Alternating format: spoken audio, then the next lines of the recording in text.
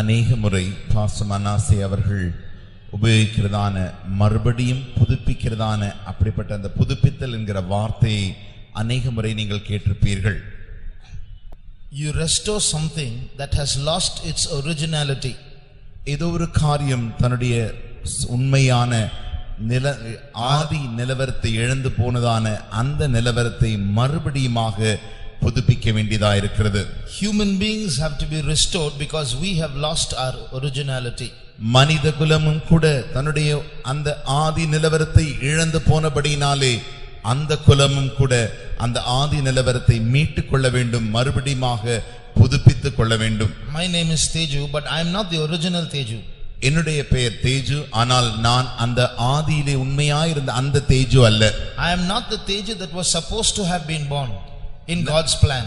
தேவனுடைய நோக்கத்தின்படி பிறக்க கூடாது இருக்கிற அந்த தேஜு நான் அல்ல. பிறக்க வேண்டிய அந்த தேஜு நான், பிறக்க வேண்டிய அந்த தேஜு நான் அல்ல. I am a fallen Teju who is born. நானோ விழுந்து போன அந்த தேஜு தான் பிறந்திருக்கிறேன். In the same way, God has had a mind, a plan concerning all of us, but the way we are born now, that's not the original who we are supposed to be. அதே வண்ணமாக தேவன் உண்மையாகவே ஆதி நிலவரத்தின்படி நாம் ஒவ்வொருவரையும் குறித்து என்ன நோக்கம் வைத்திருந்தாரோ அந்த நோக்கத்தின்படி நாம் பிறக்கவில்லை, மாறாக அந்த விழுந்து போன அந்த நிலவரத்தின்படி தான் பிறந்திருக்கிறோம். That's why we need to be restored. ஆகையினால் தான் நாம் மறுபடியுமாக புதுப்பிக்கப்பட வேண்டியது அவசியமாயிருக்கிறது. Now that work of restoration is a big task for God. இப்பொழுது இந்த புதுப்பித்தலின் வேலையானது தேவனுக்கு பெரிய, மிகவும் பெரிய ஒரு பெரிதான வேலையாயிருக்கிறது. You take one mischievous child in the house, the parents can't manage one child. நீங்கள் உதாரணமாக குடும்பத்தை எடுத்துக்கொண்டால் வீட்டில் இருக்கிற அந்த குறும்பு செய்கிற அந்த ஒரு பிள்ளையை அவருடைய பெற்றோரால் அந்த குழந்தையை மாற்ற முடிகிறதில்லை, அதை காத்துக்கொள்ள மிகவும் கஷ்டப்படுகிறார்கள். A 2-year-old child parents are not able to manage. அந்த 2 வயது பெற்றோர், அந்த வயது நிறைந்த பிள்ளையினுடைய பெற்றோர் அந்த பிள்ளையை அவர்களால் காக்க முடிகிறதில்லை. Imagine how God is managing so many of us. ஆனால் நாம் எல்லாரையுமே தேவன் காத்துக்கொள்கிறாரே, அது எவ்வளவு படிதான வேலை தேவனுக்கு என்பதை பாருங்கள். How discouraged God should actually be if He is going to restore crores of us to our original state. கோடிக்கணக்கான நம்மை மறுபடியுமாக ஆதி நிலவரத்திற்கு கொண்டு வருவதற்கு அந்த வேலையானது தேவனுக்கு எவ்வளவு அதைரியத்தை கொண்டு வந்திருக்க கூடும். Sometimes we servants of God, when we try to manage churches itself, we sometimes get nervous.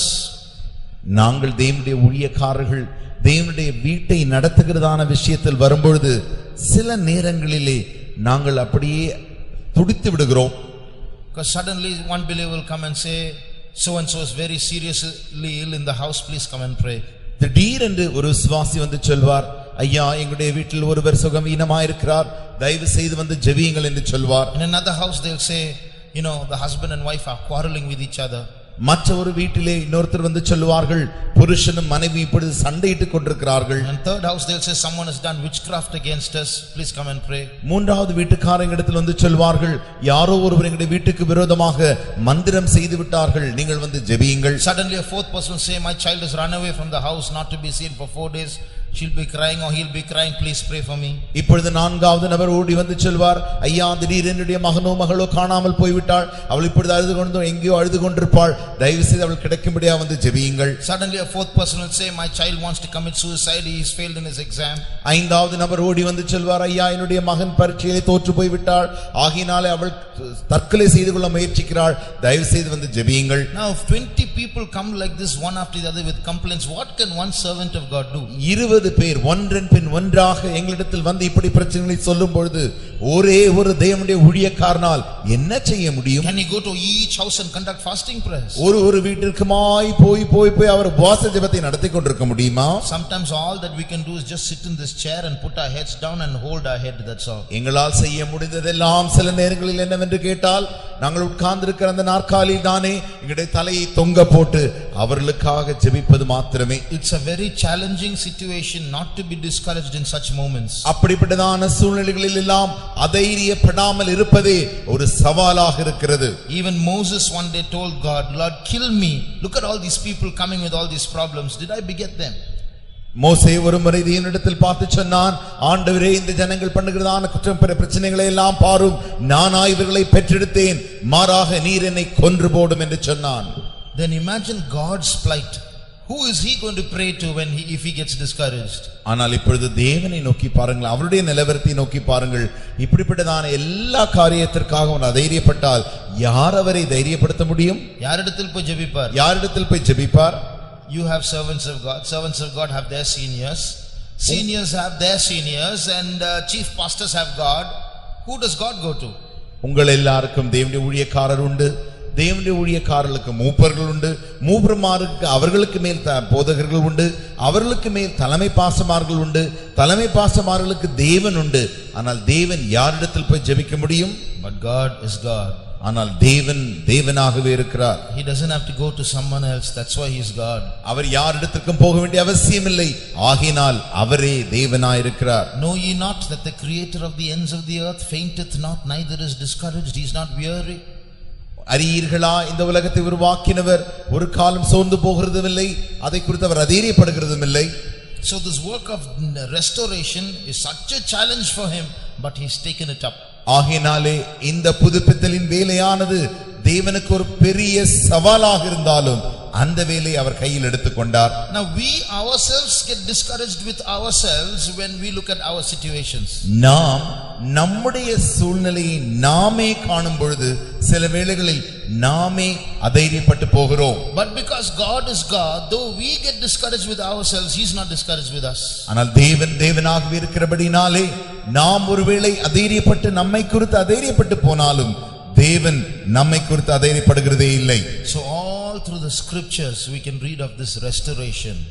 இந்த நீங்கள் சத்தியத்தின் எல்லா பகுதிகளிலும் நீங்கள் வாசித்தாலும் இந்த புதுப்பித்தலின் வேலையை நீங்கள் காண முடியும். Even as we sit in church now for a Sunday service of our Yahwehs, God has kept us here to do that restoration work. நாம் ஒருவேளை ஞாயிற்றுக்கிழமை காலை ஆராதனையிலோ அல்லது இந்த யாபேஸ் வாலிபர் கூட்டங்களிலோ உட்கார்ந்திருந்தாலும் கூட தேவன் தம்முடைய புதுப்பித்தலின் வேலையை நமக்குள்ளே செய்து கொண்டிருக்கிறார். If none of us had sinned, நாம் ஒருவரும் பாவம் செய்யாமல் இருந்திருப்போமே ஆனால், if we were a sinless generation of a sinless Adam, நாம் பாவமில்லாத ஆதாமில் இருந்து வந்த பாவமில்லாத ஒரு சந்ததியாய் நாம் இருப்போமானால், then we would have got different Bible studies, not the Bible studies we are getting today. இப்பொழுது நமக்கு கிடைக்கிறதான அந்த வேத பாடங்கள் நமக்கு கிடைக்காது, மாறாக வேறே வேத பாடங்கள் நமக்கு கிடைத்திருக்கும். But every Bible study and every message that God is giving us these days is only to restore us. நாம் பெற்றுக்கொள்கிறதான ஒவ்வொரு வேத பாடமும்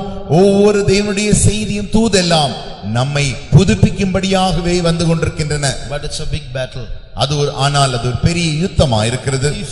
If you read from Zechariah chapter 3, நீங்கள் சகரியாவின் புத்தகத்தின் 3ஆம் அதிகாரத்திலிருந்து வாசிக்கும் பொழுது, Zechariah was one of those important prophets working with restoration. சகரியா புதுப்பித்தலின் வேலை செய்கிறதான முக்கிய அந்த தீர்க்கதரிசிகளின் ஒருவனாய் இருந்து வேலை செய்து கொண்டிருந்தான். If you read his chapters, அவனுடைய அதிகாரங்களை நீங்கள் வாசிக்கும் பொழுது, you will see a lots of restoration in it.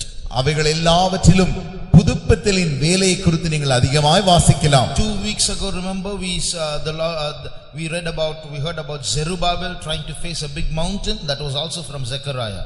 நாம் 2 வாரத்திற்கு முன்பாக, உங்களுக்கு ஞாபகம் இருக்கிறதா, யோசித்து பாருங்கள், செருபாபேல் அந்த பர்வதமே மாத்திரம் என்கிறதான அந்த பகுதியை நாம் தியானித்தோமே, அவைகள் எல்லாமும் சகரியாவின் புத்தகத்தில் இருந்துதான் எடுக்கப்பட்டவை. Now when you read chapter 3, இப்பொழுது நீங்கள் 3ஆம் அதிகாரத்தை வாசிக்கும் பொழுது, you see a high priest there. அங்கே நீங்கள் ஒரு பிரதான ஆசாரியனை குறித்து வாசிக்கிறீர்கள். He is dressed in dirty dresses, clothes. அவன் ஒரு அழுக்கான வஸ்திரத்தை உடையவனாயிருந்தான். And the Lord is standing before him. அவனுக்கு முன்பாக தேவன் நின்று கொண்டிருந்தார். Satan is standing next to him. மறுபக்கத்தில் சாத்தான் நின்று கொண்டிருந்தான். And Satan is trying to accuse him and resist him and condemn him before God. தேவனுக்கு முன்பாக சாத்தான் அவனை குற்றம் சுமத்தி அவனை தேவனுக்கு முன்பாக குற்றவாளியாக்க முயற்சிக்கிறான். And there we see a conversation between God and the devil and the people around. நீங்கள் அங்கே தேவனுக்கும் சாத்தானுக்கும் நடக்கிறதான அந்த மத்தியில் இருக்கிற ஜனங்களுக்கும் நடக்கிறதான சம்பாஷணையை பார்க்கலாம். We have some lessons to learn from here. அவைகளிலிருந்து நாம் படிக்க வேண்டிய பாடங்கள் உண்டு. This Joshua till then had not played the role of a high priest. இந்த யோசுவா அந்நாள் வரைக்கும் பிரதான ஆசாரியனாக அவன் தன்னை பாவிக்கவில்லை. He belonged to the priestly seed but never played the role of a priest. அவன் ஆசாரிய வம்சத்தை சேர்ந்தவனாக இருந்தாலும் கூட அவன் ஒரு நாளும் ஆசாரியனாய் இருக்கவில்லை. That's why he's clothed with dirty clothes. ஆகையினால்தான் அவனுடைய வஸ்திரம் அழுக்கான வஸ்திரமாயிருந்தது. But now as God is selecting him from that priestly class to play the role of a priest, இப்பொழுது தேவன் அந்த ஆசாரிய வம்சத்தில் இருக்கிற அவனை ஆசாரியனாக தெரிந்து கொண்ட பொழுது Satan is trying to stop him. இப்பொழுது சாத்தான் அவனை தடுக்க முயற்சிக்கிறான். No, he is a dirty fellow. அல்லவே அல்ல, அவன் அழுக்கான மனுஷன். He can't become priest. அவன் ஒரு காலும் ஆசாரியனாக முடியாது. He has to be brought down. அவன் கீழே இறக்கப்படத்தான் வேண்டும். So even so in these last days there is a class of people whom God has elected to be a priestly class. அதே வண்ணமாக இந்த நாட்களிலே தேவன் ஒரு கூட்ட ஜனத்தை பிரதான அந்த ஆசாரிய கூட்டமாக தேவன் தெரிந்து கொண்டிருக்கிறார். And I can say without doubt that you and I are in that group. நான் சந்தேகம் இல்லாமல் தைரியமாக சொல்ல முடியும், நீங்களும் நானும் அந்த குழுவில் தான் இருக்கிறோம். Otherwise God wouldn't have brought us here to hear this message. அது அப்படி இல்லாமற் போனால் தேவன் இந்த சத்தியத்தை கேட்கும்படி நம்மை இன்றைக்கு இங்கே கொண்டு வந்திருக்க மாட்டார். So whether you believe it or not, whether you accept it or not, whether you understand it or not, you and I are priests. நீங்கள் விசுவாசிக்கிறீர்களோ இல்லையோ, அல்லது ஏற்றுக்கொள்கிறீர்களோ இல்லையோ, நம்புகிறீர்களோ இல்லையோ, நீங்களும் நானும் அந்த ஆசாரிய வம்சத்திலே உடையவர்களாயிருக்கிறோம். But we have not played the role of priests as yet. ஆனாலும் நாம் இன்னும் ஆசாரியர்களாக நாம் இன்னும் மாறவில்லை. Why? ஏன்? Because we are in captivity. நாம் அடிமைத்தனத்தில் இருக்கிறபடியினால். And we are in dirty clothes. நாம் அழுக்கான வஸ்திரத்தை உடையவர்களாய் இருக்கிறபடியினால். That means we are not yet qualified to become priests. அதனுடைய அர்த்தம் என்னவென்று கேட்டால், இன்னும் ஆசாரியனாக வேண்டிய தகுதி இன்னும் நாம் பெற்றுக்கொள்ளவில்லை. But God has selected, like God selected Joshua with his dirty clothes, God has selected us with our dirty clothes. எப்படி தேவன் யோசுவாவை அழுக்கான துணியோ வஸ்திரத்தோடு கூட அவனை தெரிந்து கொண்டாரோ, நம்மையும் கூட நம்முடைய அழுக்கான வஸ்திரத்தோடு கூட அவர் தெரிந்து கொள்கிறார். But now God has the challenge to restore this dirty Joshua to become the high priest Joshua. இப்பொழுது தேவனுக்கு ஒரு பெரிய சவால் முன்பாக வைக்கப்படுகிறது. அது என்னவென்று கேட்டால், அழுக்கான அந்த யோசுவாவை ஆசாரியனான யோசுவாவாக மாற்ற வேண்டும். That's the work of restoration. அதுதான் புதுப்பித்தலின் வேலையாயிருக்கிறது. Now you know how dirty you are. நீங்கள் எவ்வளவு அழுக்கானவர்கள் என்று உங்களுக்கு தெரியும். You don't have to tell it to me, but you know how dirty you are. நீங்கள் என்னிடத்தில் சொல்ல வேண்டிய அவசியமில்லை, என்றாலும் உங்கள் ஒவ்வொருவருக்கும் நீங்கள் எவ்வளவு அழுக்கானவர்கள் என்று உங்களுக்கே தெரியும். And I don't have to tell it to you, but I know how dirty I am. நான் உங்களுக்கு சொல்ல வேண்டிய அவசியமில்லை, எனக்கு தெரியும் நான் எவ்வளவு அழுக்கானவன் என்று சொல்லி. And we don't have to tell it to God, but he knows how dirty we are. தேவனுக்கும் நான் எவ்வளவு அழுக்கானவன் என்று சொல்ல வேண்டிய அவசியமில்லை, மாறாக தேவனுக்கும் தெரியும் நான் எவ்வளவு அழுக்கானவன் என்று சொல்லி. Although he knows how dirty we are, still mercifully he has chosen us. எவ்வளவு அழுக்கானவர்கள் என்று நாம் இருக்கிறோம் என்று தேவனுக்கு தெரிந்தாலும் இரக்கமாக தேவன் நம்மை தெரிந்து கொண்டிருக்கிறார். But Satan will not let us go. ஆனால் என்றாலும் சாத்தான் நம்மை அப்படியே போக விட மாட்டான். Whether we realize it or not, he knows we are that priestly class. நாம் உணர்கிறோமோ இல்லையோ, என்றாலும் அவன் நன்றாக அறிவான் நாம் எல்லாரும் ஆசாரிய வம்சத்தை சேர்ந்தவர்கள். The Bible says, you know, in the last days false prophets and antichrists will come and they will try to deceive even the elect. வேதவசனம் சொல்கிறது, கடைசி நாட்களில் கள்ள தீர்க்கதரிசிகளும் அந்திக்கிறிஸ்துவும் எழும்புவார்கள், அவர்கள் எல்லாரையும் வஞ்சிப்பார்கள். அது தெரிந்து கொள்ளப்பட்டவர்களையும் மாத்திரமல்ல, தெரிந்து கொள்ளப்பட்டவர்களையும் கூட அவர்கள் வஞ்சிப்பார்கள்.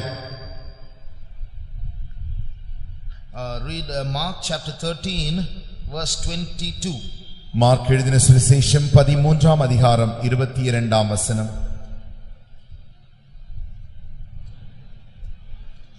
Mark 13:22. ஏனெனில் கள்ள தீர்க்கதரிசிகளும் கள்ள கிறிஸ்துக்களும் கள்ள தீர்க்கதரிசிகளும் எழும்பி கூடுமானால் தெரிந்து கொள்ளப்பட்டவர்களையும் வஞ்சிக்கத்தக்கதாக அடையாளங்களையும் அற்புதங்களையும் செய்வார்கள். You know, in English there's a word called elite. ELITE, elite. ஆங்கிலத்திலே elite என்கிறதான ஒரு பதம் உண்டு. They are the big shots. அவர்கள் மிகவும் உயர் மேன்மை மக்கள்.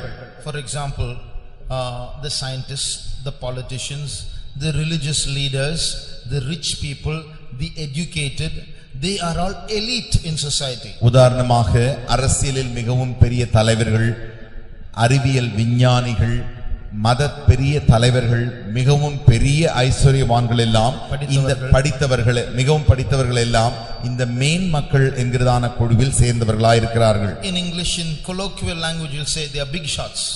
ஆங்கிலத்திலே ஒரு சபலமாக பேசுகிற பாஷையில் சொல்வார்கள், அவர்கள் எல்லாம் ஒரு பெரிய ஆட்கள் என்று சொல்வார்கள். So these, just like in the world there are elite, in the spiritual realm also there are elite. எப்படி இந்த உலகத்தில் இப்படி ஒரு பெரிய ஆட்கள் காணப்படுகிறார்களோ அதே வண்ணமாக ஆவிக்குரிய உலகத்திலும் கூட ஒரு பெரிய ஆட்கள் உண்டு. And these elite in spiritual life are not based on education or outward beauty or the ability of speech or talents, none of these things. ஆனால் இந்த ஆவிக்குரிய உலகத்தில் இருக்கிறதான இந்த பெரிய ஆட்கள் மேன்மக்கள் எல்லாம் அவருடைய படிப்பினாலோ அவருடைய ஐஸ்வர்யத்தினாலோ அவருடைய வரத்தினாலோ தாளந்தினாலோ இப்படிப்பட்டதான காரியங்களினாலே அவர்கள் மேன்மக்களாய் தெரிந்து கொள்ளப்படுகிறதில்லை. But God has chosen some people. ஆனால் தேவன் ஒரு கூட்ட ஜனத்தை தெரிந்தெடுத்திருக்கிறார். Because God has called them, whoever they are, they may be beggars on the street, they may be born in a remote village, they may be educated, whatever it is, it does not matter.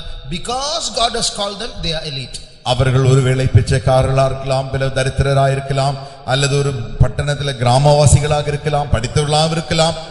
தேவன் அவர்களை அழைத்திருக்கிறபடினால் அவர்கள் மேன்மக்களாய் இருக்கிறார்கள். So there are a spiritual class of people, they are called elite or the priestly class. ஒரு ஆவிக்குரிய கூட்டம் உண்டு, அந்த கூட்டம் தான் மேன்மக்கள், ஆவிக்குரிய பெரிய ஆட்களாய் இருக்கிறார்கள். But as we read just now, false prophets and false Christs will try to deceive them also. நாம் வாசித்த வண்ணமாக கள்ள கிறிஸ்துக்களும் கள்ள தீர்க்கதரிசிகளும் எழும்பி தெரிந்து கொள்ளப்பட்டவர்களையும் வஞ்சிக்கத்தக்கதாய் செய்வார்கள். In the Old Testament, in the time of captivity, when there was no temple, when there was no sacrifice, when there were no priests, when God has to restore everything from scratch, God starts with raising up Joshua with his dirty clothes, brings him to set him right, and Satan is there to accuse him. பழைய ஏற்பாட்டு காலத்தில் ஜனங்கள் அடிமைத்தனத்தில் காணப்பட்ட பொழுது அவர்களுக்கு ஆராதனை கூட ஆலயமும் இல்லை, மாறாக பலியும் இல்லை, அவர்களை நடத்த யாரும் இல்ல. அந்த வேளையில் தானே தேவன் அவர்களை நடத்தும்படியாக, புதுப்பிக்கிற வேலையை செய்யும்படியாக மறுபடியுமாய் தேவன் யோசுவா என்கிற ஒரு ஆசாரியனை அவர்களுக்கு முன்பாக தெரிந்து கொண்டு நடத்தி கொண்டு வருகிறார். அந்த நேரத்தில் தான் சாத்தான் தேவனுக்கு முன்பாக அவனை குற்றம் சாட்டுகிறான். So even so, God has chosen us, He has selected us, He has elected us, we are the priestly class. God selects chosen people, but Satan won't let us go. நாமோ தெரிந்து கொள்ளப்பட்ட ஜனம், தேவன் நம்மை தெரிந்தெடுத்து அப்படி கொண்டு வந்திருக்கிறார். அந்த தெரிந்து கொள்ளப்பட்ட ஜனத்திற்கு விரோதமாகவும் சாத்தான் குற்றம் சுமத்துகிறான். So we must realize we are all elect, we are all chosen, and still we are accused. நாம் எல்லாரும் தெரிந்து கொள்ளப்பட்டவர்கள் என்று நாம் நன்றாக அறிந்திருக்க வேண்டும். தேவன் நம்மை தெரிந்து கொண்டிருக்கிறார் என்று அறிந்திருக்க வேண்டும். அது மாத்திரமல்ல, நம்மை பிசாசு குற்றம் சாட்ட முயற்சிக்கிறான். And when he accuses us because he has a point to accuse. அவன் நம்மை குற்றம் சுமத்த முயற்சிக்கும் பொழுது அவன் நம்மேல் குற்றம் சுமத்துவதற்கு காரணங்கள் உண்டு. Can you say, no, Satan has no point to accuse me? என்னை குற்றம் சுமத்த சாத்தானுக்கு ஒரு காரியமும் இல்லை என்று உன்னால் சொல்ல முடியுமா? If by chance you or I say no, he has no point at all to accuse me, that very fact you say that no, he has no point will become an extra point to accuse you. நீங்களும் நானும் ஒருவேளை தேவன் பிசாசு என்னை குற்றம் சாட்ட ஒரு காரியமும் இல்லை என்று நாம் சொல்லுவோமானால், அப்படி சொல்லுகிறோமே, அந்த காரியமும் சேர்த்து வைத்து பிசாசு நம்மை குற்றம் சொல்லுவான். So we are all accused people. நாம் எல்லாரும் குற்றம் சாட்டப்பட்டவர்கள். But look at the beauty of this beautiful story. ஆனால் இந்த அழகான கதையின் அழகை நோக்கி பாருங்கள். You know what Joshua is called? யோசுவா என்னவென்று அழைக்கப்பட்டான் என்று தெரியுமா? Read verse 2, Zechariah chapter 3 verse 2. சகரியா 3ஆம் அதிகாரம் 2ஆம் வசனத்தை வாசியுங்கள்.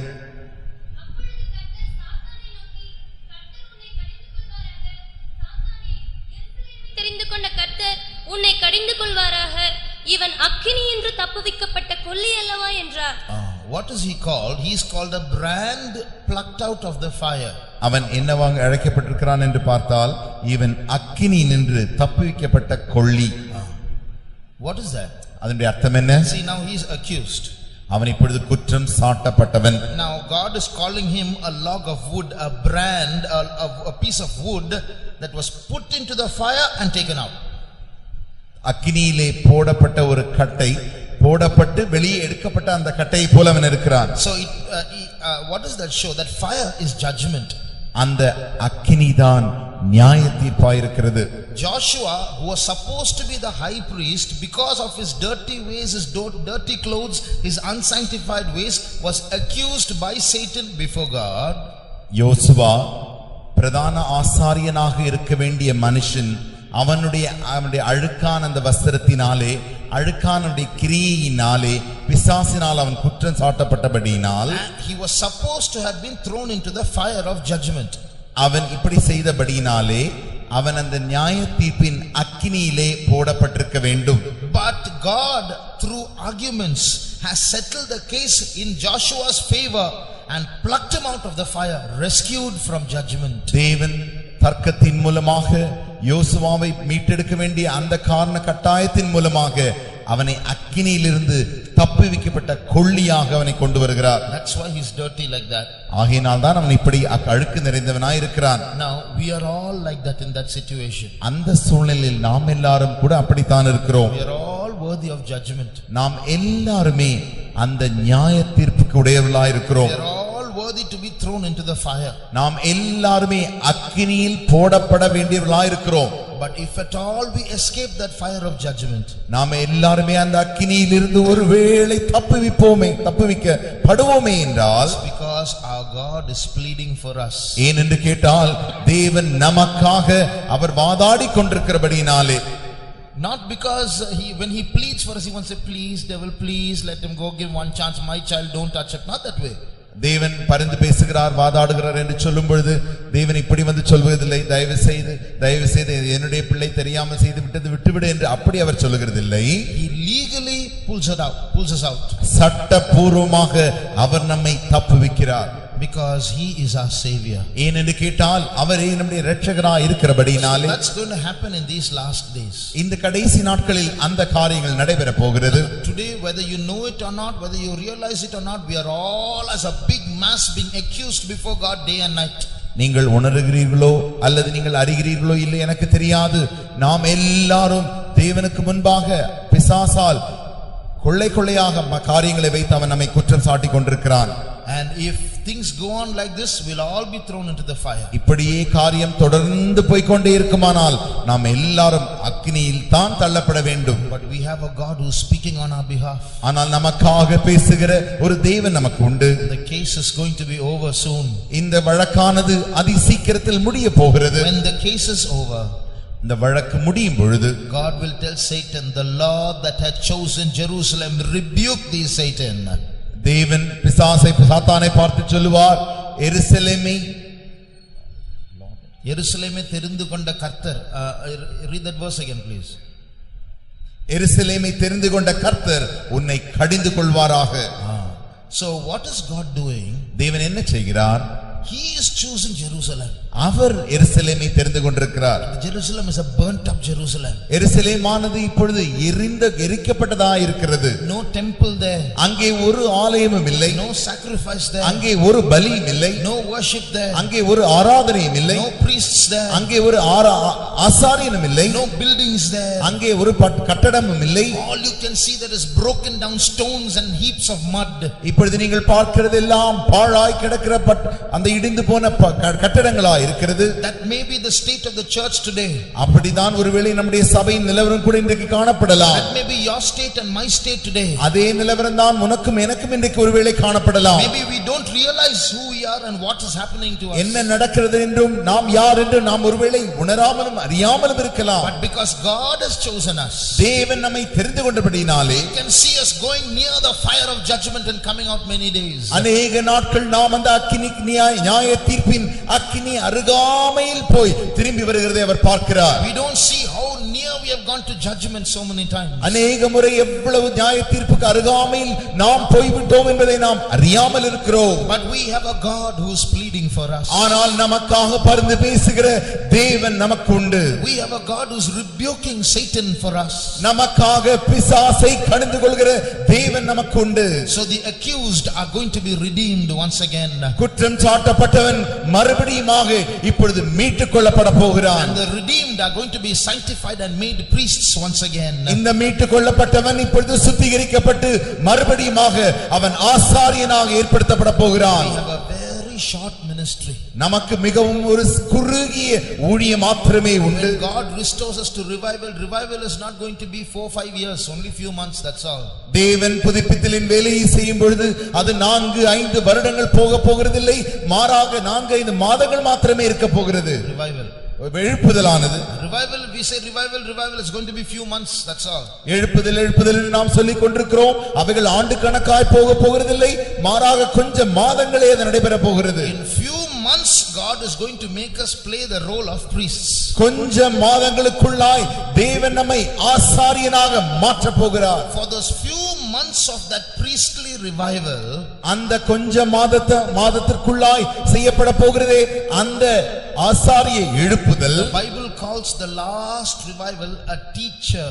வேதமானது அதை கடைசி எழுப்புதல் என்று அழைக்கிறது. Calls the last revival a teacher. கடைசி எழுப்புதல் போதகர் என்று அழைக்கப்படுகிறது. So what is the last revival? போதகர் கடைசி எழுப்புதல் என்றால் என்ன? It's going to teach many people. அநேக ஜனங்களுக்கு அது போதிக்க போகிறது. And it's going to bring many people to the Lord through teaching. அநேகரை போதகத்தின் மூலமாக தேவனிடத்தில் அது கொண்டு வர போகிறது. It's going to be a teaching revival. அது போதிக்கிற எழுப்புதலாய் இருக்கிறது. There are verses for that, we will see that some other time. அதற்காக வேத வசனங்கள் உண்டு, அது சில மற்ற நேரங்களில் அதை பார்க்கலாம். But for that we have to get restored first. அதற்காக நாம் நம்மை புதுப்பிக்க வேண்டியது அவசியமாயிருக்கிறது. We are going to be those teaching priests. நாமே அந்த போதிக்கிற ஆசாரியராய் இருக்க போகிறோம். Dear brother, dear sister, no matter how dirty we have been, this is the truth. God is going to use us. அருமையான சகோதரனே சகோதரியே, இது ஒரு சத்தியம். நாம் எவ்வளவு அழுக்குள்ளவர்கள் என்று தெரியாது என்றாலும் தேவன் நம்மை தெரிந்து கொள்ள போகிறார். We who are supposed to have been in the fire of judgment are going to be in the throne of glory. நாம் அந்த நியாய தீர்ப்பின் அக்கினிக்குள்ளாய் தள்ளப்பட வேண்டியவர்களோ இப்பொழுது மகிமையின் சிங்காசனத்திற்கு கொண்டு வரப்பட போகிறோம். Why? ஏன்? All glory only to God. எல்லா மகிமையும் தேவனுக்கு மாத்திரமே. We have no glory at all. நமக்கு எந்த மகிமையும் இல்லை. What can we say?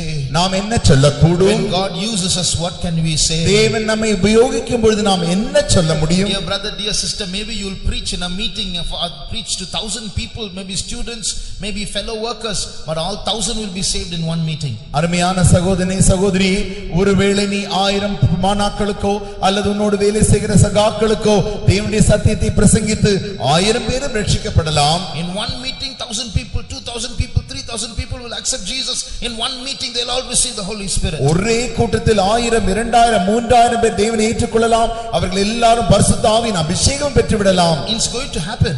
அது நடக்கத்தான் போகிறது. When that happens through us, what shall we say? நம் மூலமாய் அப்படிப்பட்ட காரியம் நடக்கும் பொழுது நாம் என்ன சொல்லக்கூடும்? Brother, I'm only a brand plucked out of the fire. I'm not worthy of this. சகோதரனே, நான் அந்த அக்கினிக்கு தப்புவிக்கப்பட்ட கொள்ளி, இந்த காரியத்திற்கு நான் தகுதியே அல்ல. Who can praise us for what we do? நாம் செய்கிற காரியத்திற்கு யார் என்னை துதிக்க கூடும்? Because we are all criminals. நான் எல்லாம் பெரிய குற்றவாளி. We are accused by Satan. பிசாசால் நாங்கள் குற்றம் சாட்டப்பட்டவர்கள். But our God pleaded our cause and rescued us. தேவன் எங்களுக்காக வாதாடி எங்களை மீட்டுக் கொண்டிருக்கிறார். We are only brands plucked plucked out of the fire of judgment who are going to be used by God. நாங்கள் எல்லாரும் அந்த அக்கினிக்கு தப்பிக்கப்பட்ட கொள்ளி தேவனால் பிரயோஜனப்படுத்தப்படுகிறோம். That's why I like these words very much in the song that we sang just now. ஆகையினால் தான் நாம் எல்லாரும் பாடினோமே அந்த பாட்டின் வார்த்தைகளை எனக்கு மிகவும் பிடித்ததாக இருந்தது. பாழாய் போன வாழ்க்கையெல்லாம் மகிமை வீசிட சிங்கார மனவாட்டியாய். See, lives that have all become a wreck, ruined lives. நம்முடைய வாழ்க்கையெல்லாம் பாழாய் போய் நாசமாகி போய்விட்டது. But those ruined lives are now going to refulge or reflect the glory of God. அந்த பாழாய் போன வாழ்க்கைகள் எல்லாம் இப்பொழுது தேவனையும் தேவனுடைய வேலைகளையும் பிரதிபலிக்க போகிறது. Those very lives, those very boys and girls and men and women who said it's all finished, my life is gone, they are the ones who are going to become the glorious bride of Christ. யாரெல்லாம் அந்த சொன்னார்கள் அந்த தம்பிமார் சகோதரன் சகோதரிமார் என்னுடைய வாழ்க்கை முடிந்து விட்டது நான் எல்லாம் முடிந்து அழிந்து போகிறேன் என்று சொன்னார்களே அவர்கள்தான் தேவனுடைய மனவாட்டியாய் மாறப் போகிறார்கள். And we are going to say hallelujah to God because he did it. அவர் செய்தபடினாலே நாம் எல்லாரும் சேர்ந்து அல்லேலூயா என்று தேவனை மகிமைப்படுத்த போகிறோம். There is a verse in the Bible that says like this. வேதத்தில் இப்படி ஒரு வசனம் சொல்கிறது. The Lord will descend from heaven with a shout. தேவன் பெரிய ஒரு ஆரவாரத்தோடு கூட வானத்திலிருந்து இறங்கி வருவார். Just imagine when God descends from heaven, he's going to shout. He's not going to blow a trumpet. The angel will blow the trumpet, but he's going to shout. தூதர்கள் எக்கால சத்தத்தை ஊத போகிறார்கள். ஆனால் தேவன் வானத்திலிருந்து இறங்கி வரும்போது ஆரவாரத்தோடு கூட வரப்போகிறார். Why? ஏன்? He has seen with his own eyes those accused people being plucked out of the fire, being cleansed, being restored, being revived, being taught, being redeemed, being perfected, and when he comes down he's going to shout, I have got the victory. அந்த அக்கினிக்கு தப்பிக்கப்பட்ட அந்த கொள்ளிகள் எல்லாம் இப்பொழுது சுத்திகரிக்கப்பட்டு பரிசுத்தமாக்கப்பட்டு மீட்கப்பட்டு அவருக்காய் பரிசுத்தமாக்கப்பட்டு ஜெயாளிகளாக்கப்பட்டு அவர்களை சேர்க்க போகிறபடினாலே அவர் தேவன் வானத்திலிருந்து இறங்கி வரும்பொழுது பெரிய ஆரவாரத்தோடு கூட இறங்கி வருவார். So when he comes down to receive his bride, தன்னுடைய மனவாட்டி அவர் சேர்த்துக் கொள்ள வரும்பொழுது those ruined lives that thought they are condemned, which have been redeemed and become the bride of Christ, எல்லாம் முடிந்தது என்று ஆக்கினைக்குள்ளாய் போன அந்த பாழாய் போன வாழ்க்கைகள் எல்லாம் மீட்கப்பட்டு அவருக்காக மனவாட்டியாய் மாறினபடினாலே whether you or I shout or not, he is going to shout hey and come down. நீங்களும் நானும் அந்த ஆரவாரத்தை சொல்ல போகிறோமோ இல்லையோ ஆனால் அவர் சொல்லுவார் வருகிறேன் ஆவி மனவாட்டியும் வா என்பார்கள். So with a shout he is going to come down and redeem us. பெரிய ஒரு ஆரவாரத்தோடு கூட அவர் மீட்க போகிறார். Shall we close our eyes? நான் நம்முடைய கண்களை மூடுவோமா? Here we are all Joshuas standing before God. நாம் எல்லாரும் இந்த யோசுவாவை போல யோசுவாக்களாய் தேவனுக்கு முன்பாக நின்று கொண்டிருக்கிறோம். Our outside garments, many of us are wearing white, some of us are wearing colored or white, we are all clean. வெளிப்பிரகாரமாய் நாம் வெண் வஸ்திரமோ அல்லது ஒரு கலர் வஸ்திரமோ தரித்திருக்கிறோம். நாம் வெளிப்பிரகாரமாய் சுத்தமானவர்களைப் போல காட்சியளிக்கிறோம். Some of us may have come here with perfume. சிலர் இங்கே முதல் முறை வந்தவர்கள் நன்றாக வாசனை திரவியத்தை ஏற்று பூசி கொண்டு வந்திருக்கலாம். Maybe here with good hairstyles. இங்கே வரும்பொழுது நல்ல சிகை அலங்காரத்தோடு கூட வந்திருக்கலாம். But before God all this does not stand. தேவனுக்கு முன்பாக இவைகள் ஒன்றும் நிற்க போகிறதில்லை. We are all wearing dirty spiritual garments before God. தேவனுக்கு முன்பாக நாம் எல்லாரும் அழுக்கான அந்த ஆவிக்குரிய வஸ்திரத்தோடு கூட நின்று கொண்டிருக்கிறோம். The Lord of the kingdom of darkness, Satan, is pointing his finger at us. இருளின் பிரபஞ்சத்தின் அதிபதி நமக்கு முன்பாக நின்று கொண்டிருந்து நம்மை அவன் குற்றம் சுமத்திக் கொண்டிருக்கிறான். But God is speaking for us. ஆனால் தேவன் நமக்காக வாதாடி கொண்டிருக்கிறார். He has decided to pull us out of the fire. அக்கினியிலிருந்து நம்மை தப்புவிக்கும்படியாக அவர் தீர்மானித்திருக்கிறார். He has decided to restore us to our original state. நம்மை ஆதி நிலவரத்திற்கு கொண்டு வரும்படியாக அவர் தீர்மானித்து விட்டார். Young people, before you were born, he saw you in a certain way. அருமையான வாலிபரே, நீங்கள் பிறப்பதற்கு முன்பாக அவர் உங்களை ஒரு வழியிலே பார்த்து கொண்டிருந்தார். And you were supposed to be born in that certain way. அந்த வழியில் தானே நீங்கள் பிறந்திருக்க வேண்டும். From the day of your birth till today, he has not yet seen you in that original way. நீங்கள் பிறந்த நாள் முதற்கொண்டு இந்நாள் வரைக்கும் அந்த ஆதி நிலவரத்திலிருந்து அந்த வழியிலே உங்களை அவர் பார்க்கவே இல்லை. Because we are fallen. ஏனென்று கேட்டால் நாம் விழுந்து போயிருக்கிறோம். Because we are dirty. நாம் அழுக்காயிருக்கிறபடினாலே. He has decided one thing. ஆனால் ஒரு காரியத்தை அவர் தீர்மானித்திருக்கிறார். He will not rest. He will not sit down. He will not rest till he restores all whom he has in his mind till they are brought to their original state. அவருடைய மனதில் இருக்கிற யாவரும் அந்த ஆதி நிலவரத்திற்கு கொண்டு வரும் வரைக்கும் அவர் ஒரு காலம் ஓய்ந்திருக்க போகிறதில்லை, அமர்ந்திருக்க போகிறதும் இல்லை. But do you realize that you are dirty?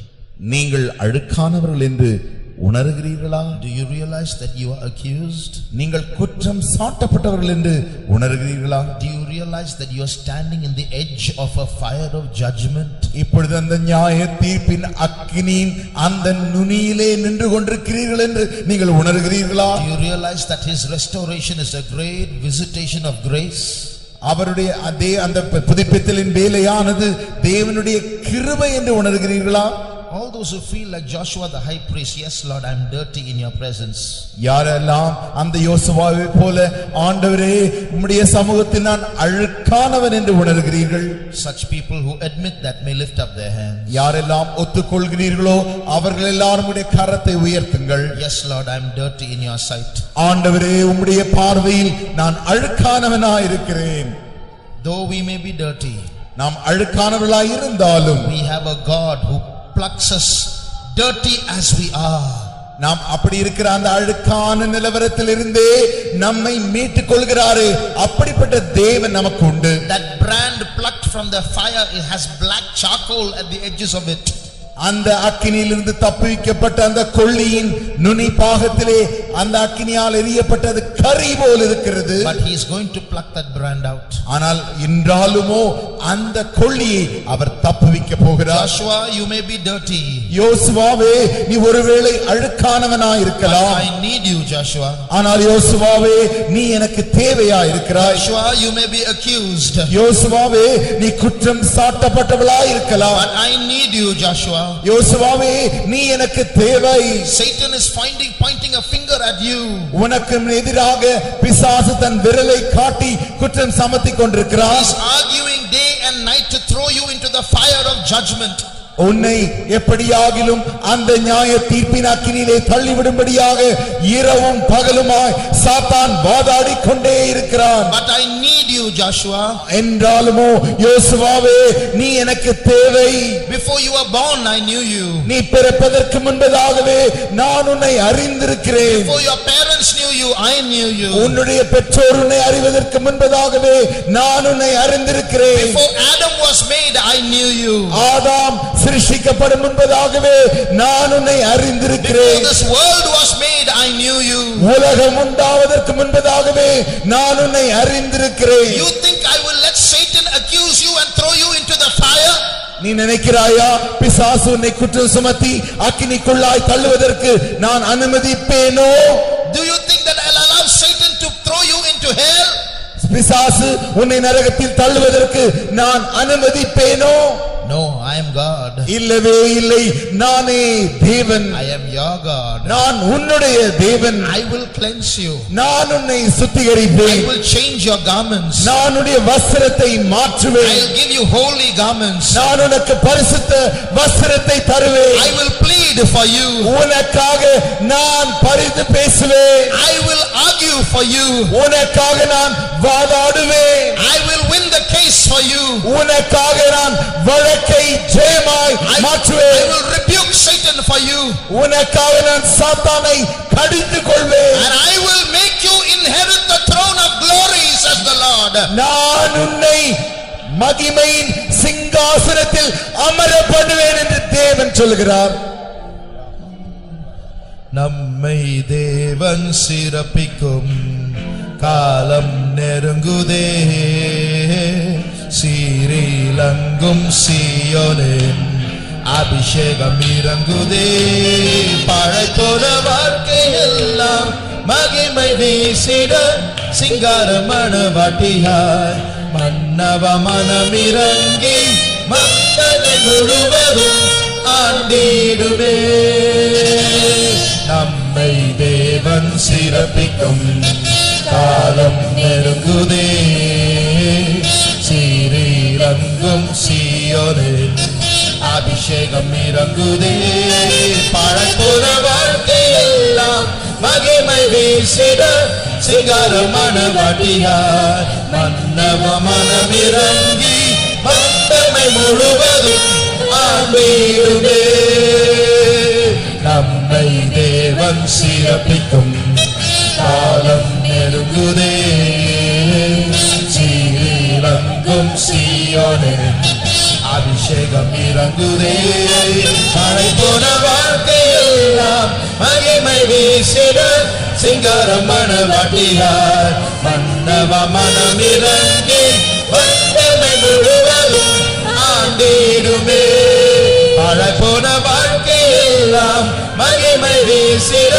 சிங்காரமான வாட்டியார் மன்னவ மனமிறங்கி வந்தமை முழுவதும் ஆண்டிடுமே பழப்போன வாழ்க்கையெல்லாம் மகிமை வீசிட சிங்காரமான வாட்டியார் மன்னவ மனமிறங்கி வந்தமை முழுவதும் ஆண்டிடுமே பழப்போன வாழ்க்கையெல்லாம் மகிமை வீசிட சிங்காரமான வாட்டியார் மன்னவ மனமிறங்கி வந்தமை முழுவதும் ஆண்டிடுமே.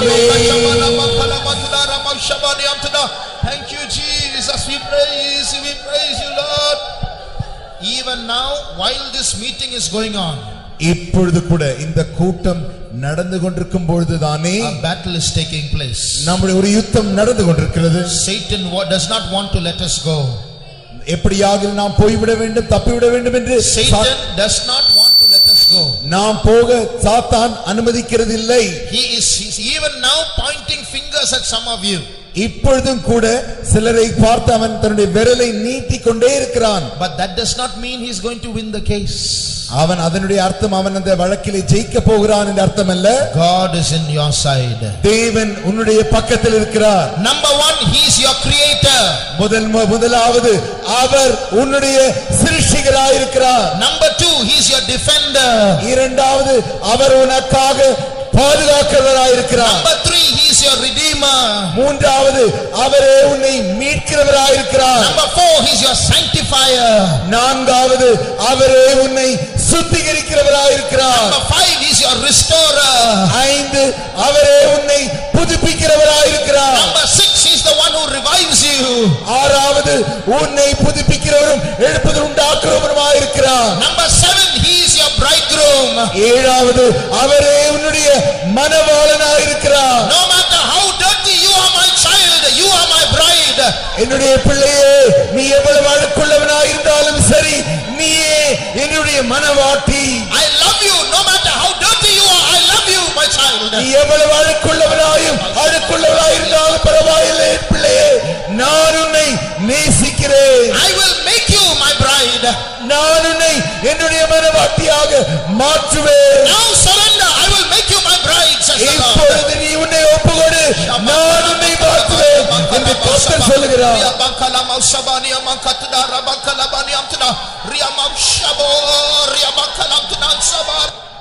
You know, recently in the previous night prayer, you remember one brother called Otto Rajan who came and shared his testimony. கடந்த முழு இரவு ஜெபத்திலே, சமீப காலத்தில் நடந்ததான அந்த முழு இரவு ஜெபத்திலே ஆட்டோ ராஜா என்கிறதான சகோதரர் வந்து சொன்ன சாட்சியை நீங்கள் எல்லாரும் கேட்டிருப்பீர்கள். Please close your eyes and listen. Don't lose the presence of God. கண்களை மூடியே கேட்டுக்கொண்டிருங்கள்.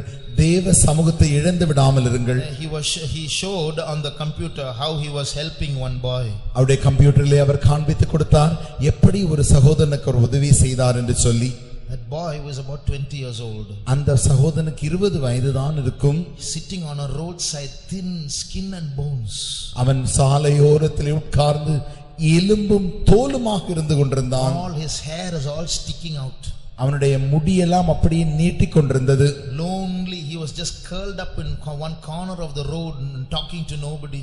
அவன் ஒரு தனிமையான அந்த வாலையிலே, அந்த சாலையின் ஓரத்திலே தனிமையாக உட்கார்ந்து யாரையோ பார்த்து பேசிக் கொண்டிருக்கிறார். He had one towel round his waist, that's all. அவனுடைய இடுப்பிலே ஒரே ஒரு துண்டு மாத்திரம்தான் இருந்தது. But this brother went to him. ஆனால் இந்த சகோதரன் அவனிடத்திற்கு போனார். He tried to talk to him but he didn't reply. அவனோடு கூட அவர் பேச முயற்சித்தார். ஆனால் அவன் ஒரு பதிலும் சொல்லவில்லை. But he lifted him up. உடனடியாக அவனை அவர் தூக்கினார். That boy stood up. இப்பொழுது அந்த பையன் எழுந்து நின்றான். And the brother who pulled him with the hand, he walked.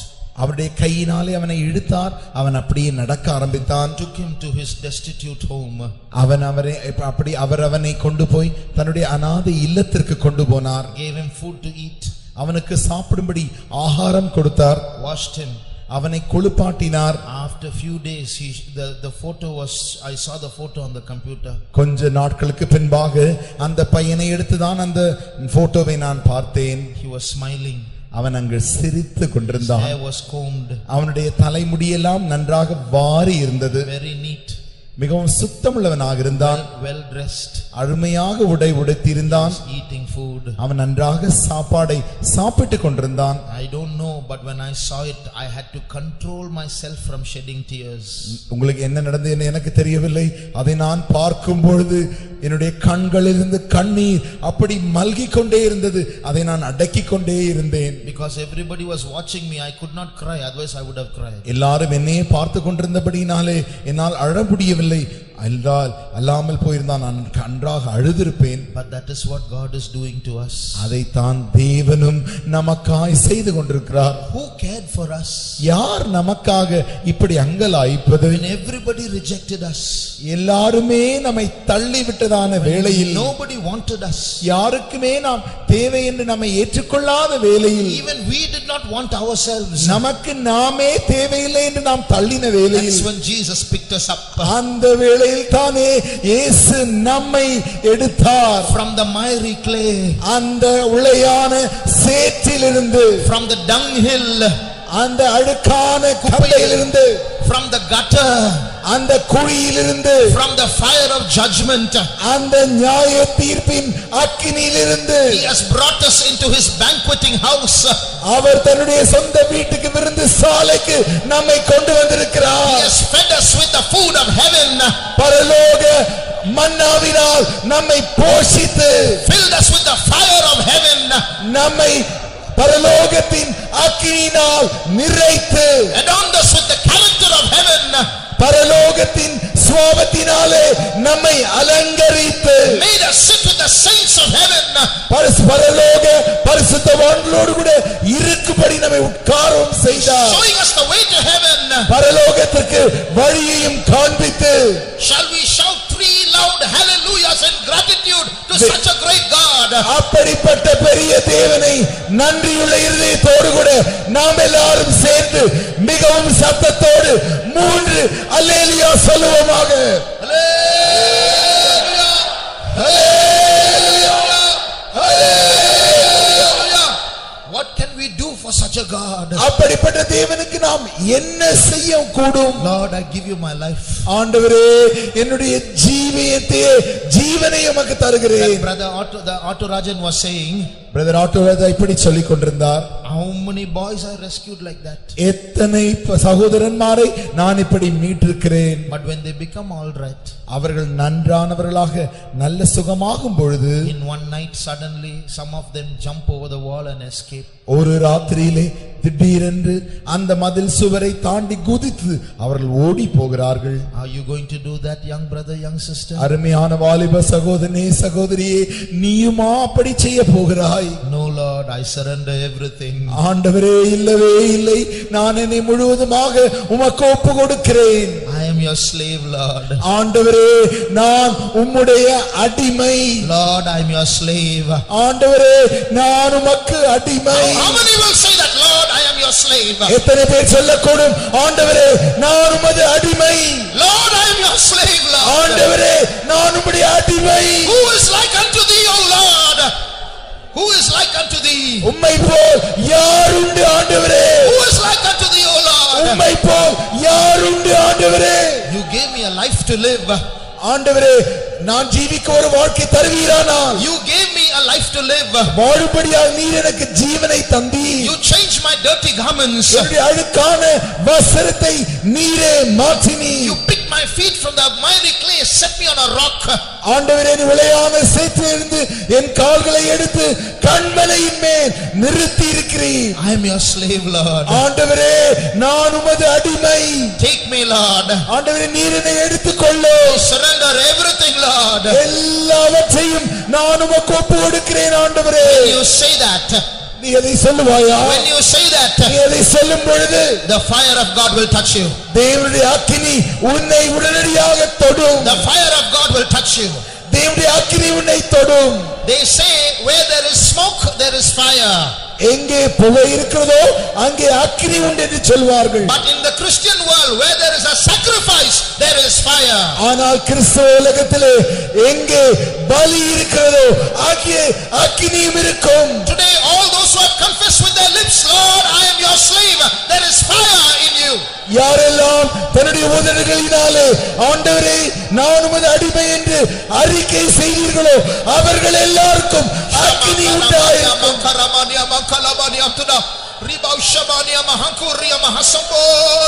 Speaking filthy language.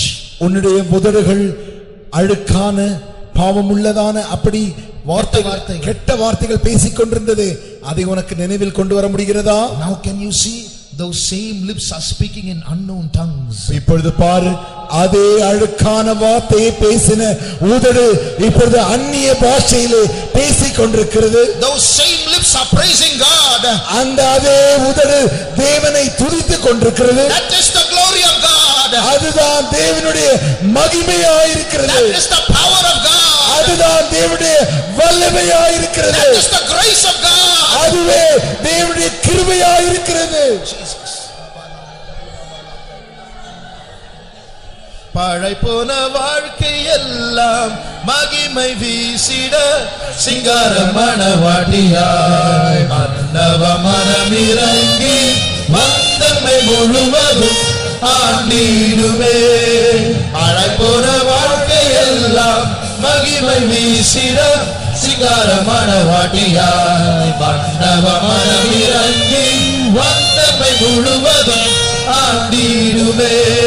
பழைப்போன வாழ்க்கை எல்லாம் மகிமை வீசிட சிங்காரமான வாட்டியாய் மன்னவ மனமிறங்கி வந்தமை முழுவதும் ஆண்டிடுவே.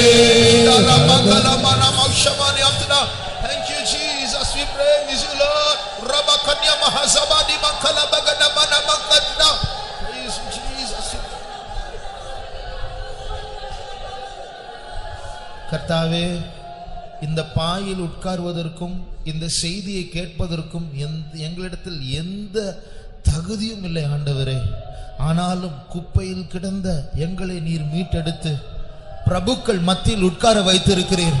பரிசுத்தவான்கள் மத்தியில் உட்கார வைத்திருக்கிறீர். இந்த கிருபையை நாங்கள் மறக்கவே மாட்டோம் ஆண்டவரே. எங்களுடைய வாஞ்சை ஒன்றுதான் ஆண்டவரே, யுத்தங்கள் இன்னும் உண்டு, தோல்விகள் வரலாம். ஆனால் இந்த பாதையில் சாத்தான் எங்களை குற்றப்படுத்தும் போது ஆண்டவரே அந்த அக்கினிக்குள் நாங்கள் விழுந்து விடாதபடிக்கு அதிலிருந்து தப்புவிக்கப்பட்ட கொள்ளிகளாக உமக்குள் மறைந்திருக்கும்படியாக, மீட்கப்பட்ட ஜனங்களாக உமக்குள் மறைந்திருக்கும்படியாக நீர் எங்களை நடத்தும். ஆதி நிலவரத்துக்கு எங்களை கொண்டு வந்து தொடர்ந்து அபிஷேகத்தை கடைசி வரைக்கும் நடத்தும். வந்த ஒவ்வொருவரையும் ஆசீர்வதியும். இயேசு நாமத்தில் வேண்டிக் கொள்கிறோம் பிதாவே. நம்முடைய கர்த்தராகிய இயேசு கிறிஸ்துவின் கிருபையும் பிதாவாகிய தேவனுடைய அன்பும் பரிசுத்த ஆவியானவரின் ஐக்கியமும் காவலும் நம்மோடும் எல்லா பரிசுத்தவான்களோடும் கூட கர்த்தராகிய இயேசு கிறிஸ்து வரும் மட்டும் இருப்பதாக. அல்லேலூயா.